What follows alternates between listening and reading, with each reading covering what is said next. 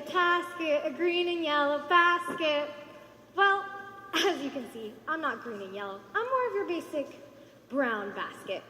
The family I serve uses me for everything, including shopping. None of this paper or plastic disposable stuff. I'm an important part of the family.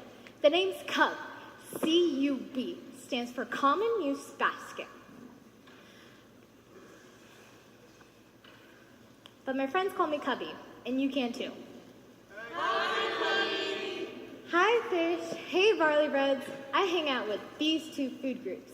You see, every weekday I go to a Hebrew school with a little lad named...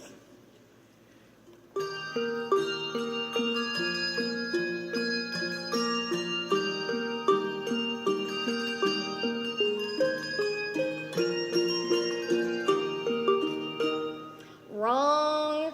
My little lad is named John, Jacob, Abraham, Matthias, Jeremiah, David, Joshua, Goldstein.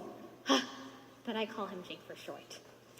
Jake's mom lines me with a clean cloth napkin. That's my favorite. And packs me with a fish sandwich for Jake's lunch. On Sundays, Jake packs me himself, and we'll go fishing, or climb sycamore trees, or go down by the creek, and Jake will shoot rocks with his brand new slingshot. It's a King David series, X1151. Special edition. How right you are, basket buddies. That's why I was surprised at something that happened a couple of weeks ago. You see, Jake wanted to go to the slingshot tournament. The grand prize was a complete set of David and Goliath trading cards. But the tournament was on a church day.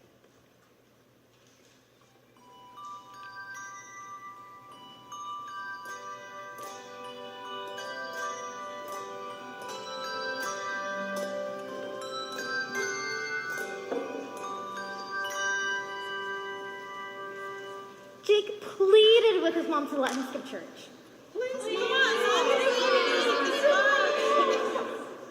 But Jake's mom had her priorities right.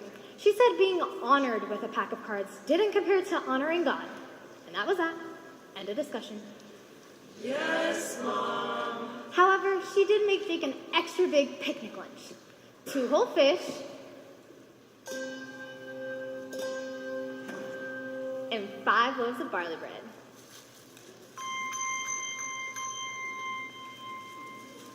Jake's mom was in a big hurry to get to church that day. You see, a really popular preacher named Jesus was going to be speaking, and she wanted to get a good seat.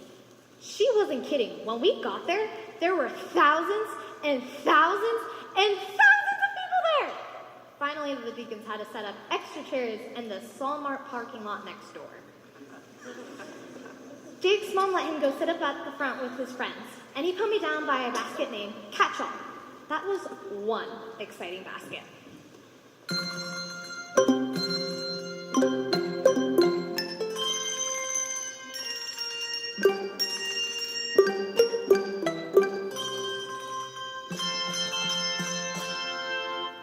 Catch-All said that Jesus was a miracle worker, and that he claimed to be the Son of God. I just figured Catch-All was a basket case. But when I heard what Jesus was saying about God and his kingdom, I got a funny feeling that maybe Catch-All was right after all.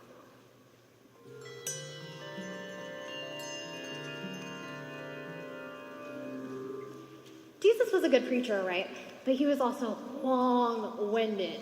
He kept preaching through lunch, snack time, high tea, past supper, and dessert! Who does that? Like, come on. By that time, everybody had eaten their picnic lunch. Well, almost everyone. Everyone but Jake. I guess he was tired of fish sandwiches. Maybe he ate out of some other boy's basket. He forgot all about me.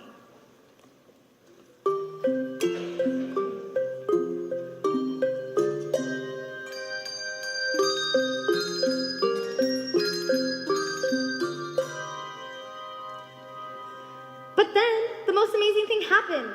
Jesus' helpers, the disciples, they pulled Jesus aside and said, Can't you hear everyone's stomach growling? They're hungry. Tell the people to go get something at the fast food drive-thru. But Jesus looked them straight in the face and said, You feed them. The disciples looked at Jesus like he was 2 fish sandwiches short of a Happy Meal. They knew that it would take over 6 months' salary to buy enough fish sticks for all those people. They told Jesus that they didn't have that much money. Jesus gave them one look. "What do you have?" he asked. All of a sudden, someone needed a handle. It was Jake. He had been listening to the whole conversation. He ran up to the disciples and said, "Here, misters, Jesus can have my lunch. It's not much, but it's all I have." What happened next was so incredible that it still unravels my weave. Jesus lifted me high, looked up to heaven, and asked God that he would bless Jake's lunch. Then he reached inside and took out a bread, broke it into pieces, and put it into the baskets that the disciples had. Then he reached in again and took out a fish and broke it into bite-sized pieces and put it in the disciples' basket. He kept doing this. But then that's when I realized it. There were still 2 whole fish and 5 loaves of barley bread inside my basket. It was a miracle.